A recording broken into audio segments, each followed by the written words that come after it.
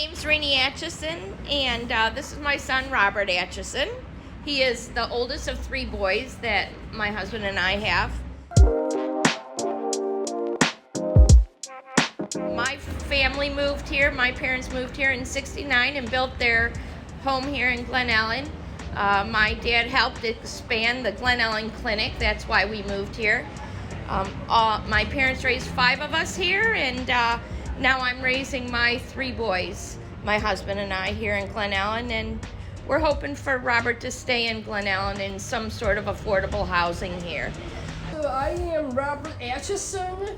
I am born here in Glen Ellyn, and I've been going to Lincoln for the last 9 years. I've been at Hadley for the last 4 years. In Glenbar South through the transition program for the last couple of years. Oh, I am usually a crew member over at Trader Joe's here in town. How do you get to work? By walking. I am looking forward for some housing for the kids with disabilities here in town. I love to walk everywhere. Like walking to work, walking to the library and stuff around here. Our town here in Glen Ellyn is really wonderful and beautiful. We love people in this town. We love every single store here in town, and the rest of the souvenirs. You don't want to live with your mom and dad forever, correct? Correct. So we're looking for some type of housing, affordable housing, that would allow Robert to be independent, fairly independent, but also have some oversight with an adult for several reasons, mostly safety reasons, and wants to be able to live and grow in this community, or continue to, on his own or with buddies that are a lot like him. So, I'm Marcia Bledsoe, and I have lived in Glen Ellyn for about 18 years and 6 years in affordable housing. Well, it means I can live in a safe and well-managed complex. I can live in the same village as my family, which without low-income housing in Glen Ellyn, I couldn't.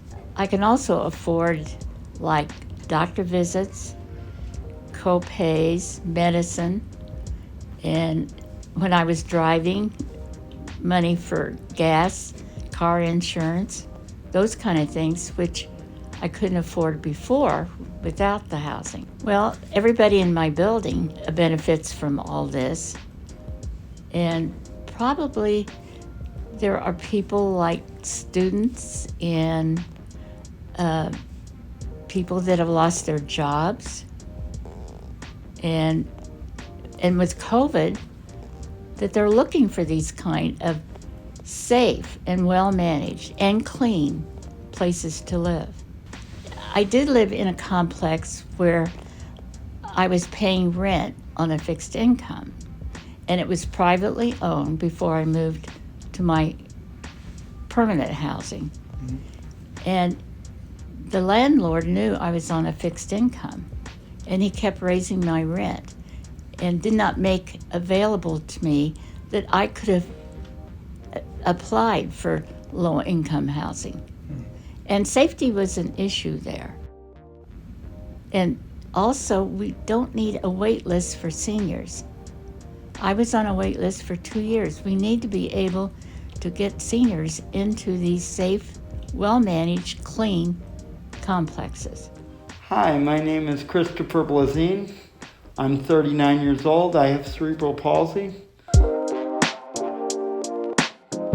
The problem with housing for disabled people is that there is none really.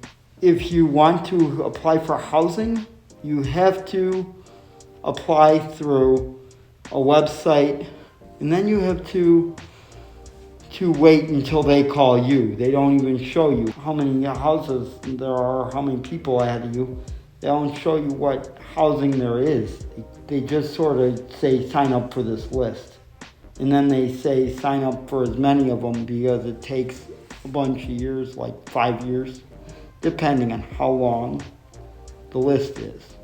But the reason why we need more disability housing is because people shouldn't have to wait for housing. It would help live independently, go places, do things, because many people have to rely on public transportation or live with their parents until it's time for a nursing home, or the state basically selects them to live in these housing units, but they don't tell you where in DuPage County you'd be living.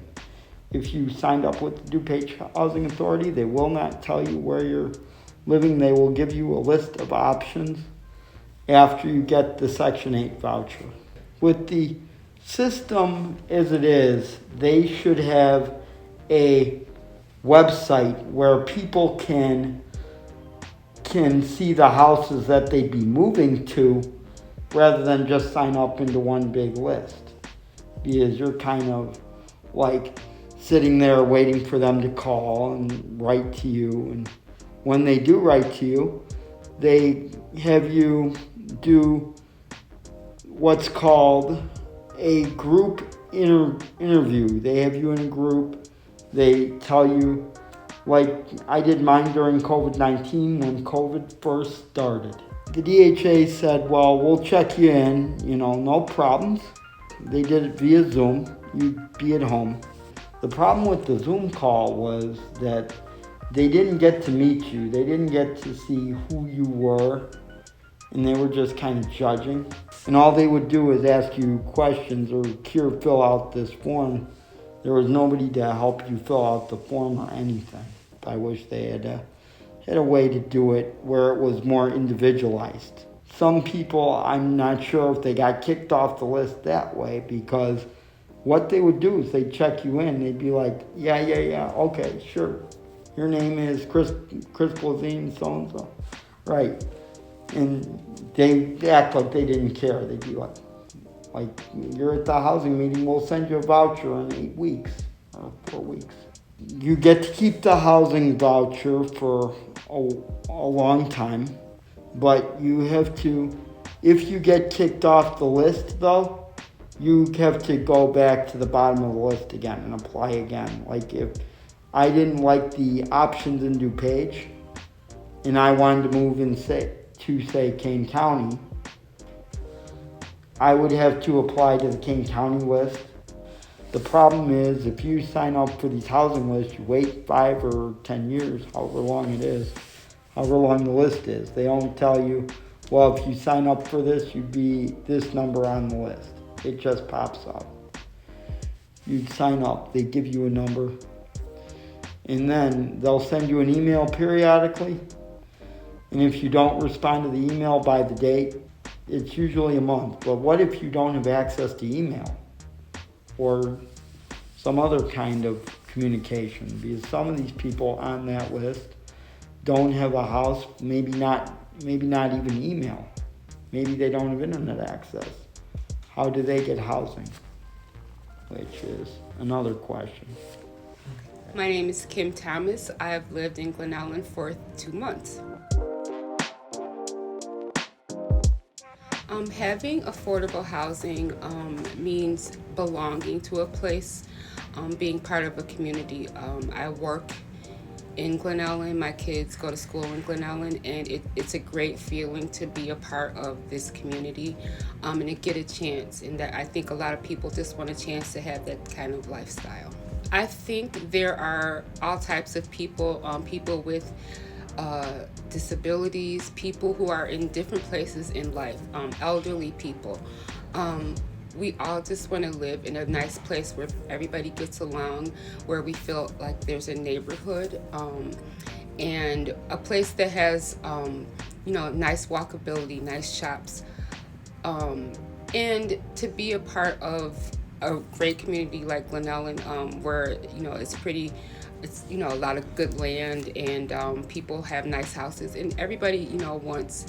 I think a lot of people want to have that experience in life. It's the storybook kind of life that people would want to have.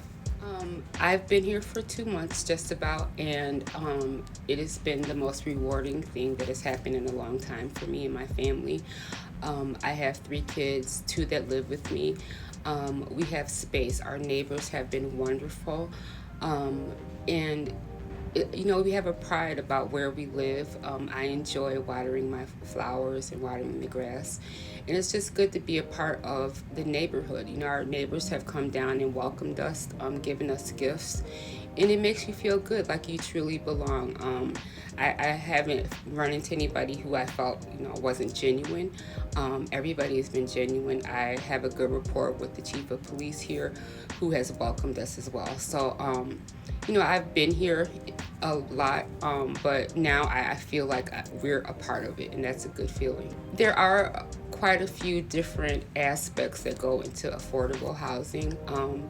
I think part of it on both sides is for people who are looking for affordable housing to know what that is, what that looks like, what other people who already live in the community, what they are aware of, how they're educated about what it looks like.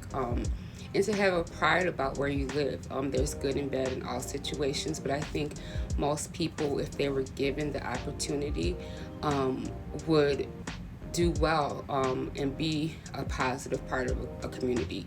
On the other side, there's a lot of unknowns. A lot of people aren't aware of what kind of programs there are, what type of resources, and so they may be afraid, or they may not want to go through the process of like having the Section 8 or just lower housing, but it doesn't have to be a negative. We can all live together. It can be in homes, it could be in houses, it could be in condos, townhouses, but we can all live together no matter what our income is, and it can still be a great part of the community.